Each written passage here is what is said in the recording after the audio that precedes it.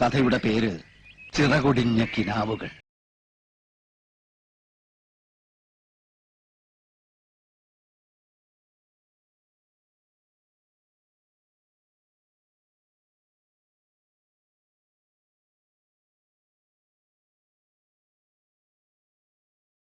ഒരു വിറക് വെട്ടുകാരൻ. അയാൾക്കൊരേ ഒരു മകൾ സുമതി, 19 വയസ്സ്. ഇവൾ സ്ഥലത്തെ ഒരു തയ്യൽക്കാരനുമായി പ്രണയത്തിലാണ്. ഈ തയ്യൽക്കാരൻ ബഹുമിടുക്കനും സുന്ദരനുമാണ്. അനീതി കണ്ടാൽ എതിർക്കും, ജനങ്ങളുടെ ഏത് കാര്യത്തിനും മുന്നിൽ കാണും. അങ്ങനെ നാട്ടുകാരുടെ കണ്ണിൽ ഉണ്ണിയാണ്. എല്ലാറ്റിലും ഉപരി ഈ തയ്യൽക്കാരൻ ഒരു നോവലിസ്റ്റുമാണ്. പക്ഷെ വിറക് വെട്ടുകാരന് തന്റെ മകളെ ഒരു വലിയ പണക്കാരനായ ഗൾഫുകാരനെ കൊണ്ട് കെട്ടിക്കാനാണ് താല്പര്യം. ഇക്കാര്യം സുമതി തയ്യൽക്കാരനെ അറിയിക്കുന്നു. തയ്യൽക്കാരൻ ഗൾഫിൽ പോകാൻ ശ്രമിക്കുന്നു. പക്ഷെ വിസ അത് കിട്ടുന്നില്ല. അങ്ങനെ നിവൃത്തിയില്ലാതെ തയ്യൽക്കാരൻ നോവൽ എഴുതാൻ തുടങ്ങുകയാണ്.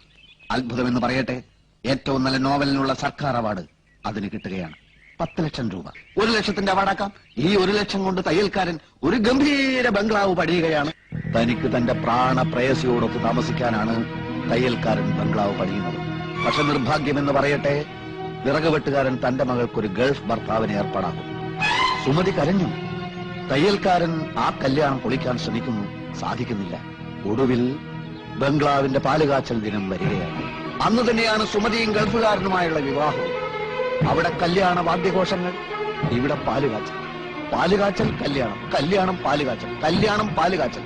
അവിടെ സുമതിയുടെ കഴുത്തിൽ താലി വീഴുന്ന സമയത്ത് ഇവിടെ കാച്ചിയ പാലിൽ വിഷം കലക്കി കുടിച്ച് തയ്യൽക്കാരൻ പിടയുകയാണ്. പക്ഷെ താലി കെട്ടുന്നില്ല.